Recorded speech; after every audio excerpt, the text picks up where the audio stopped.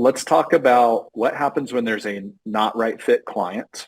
I don't like the word fired because I think there's ego tied to that. Of like, I fired them. We just call it transitioning. Like, hey, maybe this partnership wasn't meant to be in the first place. No fault, but let's just maybe you need to go somewhere else that's a better fit for you. And we're going to hold the line of who's a fit for us. And we don't believe this to be the right partnership. How do you navigate that on the ops side? Because I'm sure you've had a few of those, maybe some of those early clients that weren't the best long-term fit. Yeah, and I would say we do a really good job with that here in our first meeting, having that conversation as we're trying to see if there's any connection. We call it the connection meeting. Is there a connection here? And the guys, if they're not vibing with the client or the client just doesn't seem open-minded, they'll have no problem not really forcing the second meeting. They'll just be like, you know what, we're good. So it's like we don't push the second meeting, I should say, if we don't need to.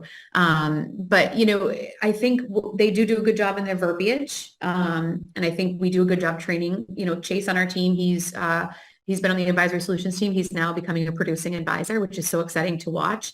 And I even saw him doing it the other day. He had someone come in and they were just like wild, and he's like, I just don't know it's going to be a good fit.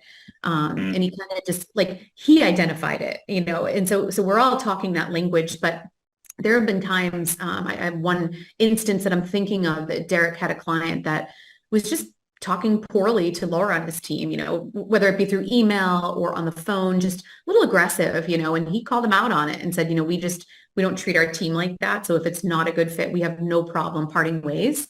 That's like our language. Transitioning is a great language too that you just mentioned, but we have no problem saying that. It has to be a good fit. We just had a boat cruise on Tuesday night this week in Boston. We rented a big boat and had 200 clients on it, our top clients, just to thank them. And it's funny, the feedback we've been getting is great. But one woman, I think she's on Derek's team, she's a client of ours, wrote to us yesterday and said, sorry for the delay. I just want to let you know we had the best time. And I saw all of my friends on the boat that I've met at previous experiences. So the fact that we're building this community of clients that are friends with clients and team members, like we just can't let that impact that culture that we have with our internal and external culture, so we have to have those conversations. It's just very important to us. Our clients are like family to us, they're like my grandparents or whatever, they're just family. So we just don't allow it. And luckily we don't have a lot of it, to be quite frank. Yeah. I think because of the language in the first appointment, it really, solidifies. Keith had somebody come in recently from Cape Cod who was just a very stern person in the first meeting, didn't really push it. And Keith just kept going. And then he's just like, I don't want to work with them. So like, he'll choose not to follow up as much as he might with another first appointment or something, but that's very important to. Yeah, I think there's a couple things there that you hit. First off, back to your team.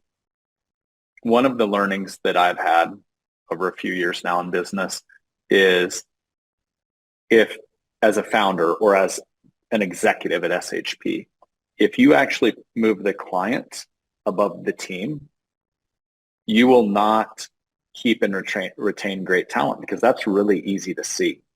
I mean, I remember one time that I'm like, honestly, like probably a little still scarred from, where I was asked like, hey, what's my opinion on this client? I'm like, not a good fit. And I had many real examples, not emotional examples, but like X, Y, Z, not a good fit. And I remember my leadership at the time was like, well, we're going to bring him on anyway. And then immediately I knew where I stood on the priority stack, right?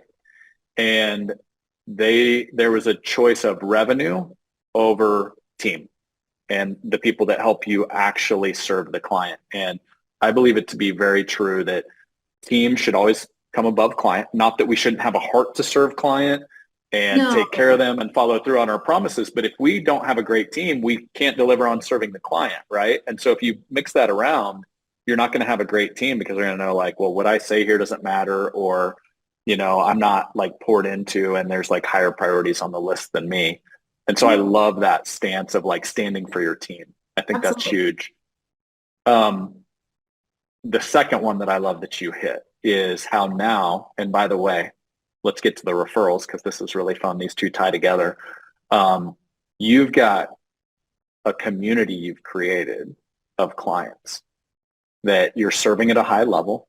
So you're following through on those promises, and they're good humans that you want to create fun experiences for, like Harbor Cruises. And I know you guys do a ton of different things to pour to your clients. And now your clients are like, these are some of the best relationships I have as other SHP clients. And guess what leads to referrals? Do people talk about that?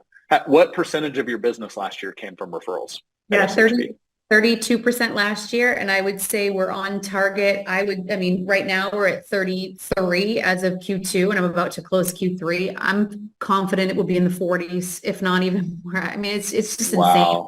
We had a client write to yesterday too. Mallory reminded or talked to Mallory and said, everybody on this boat, like they're all happy. They're just all happy people. And it's like, we do business with happy people. We want to be with people that we want to be with.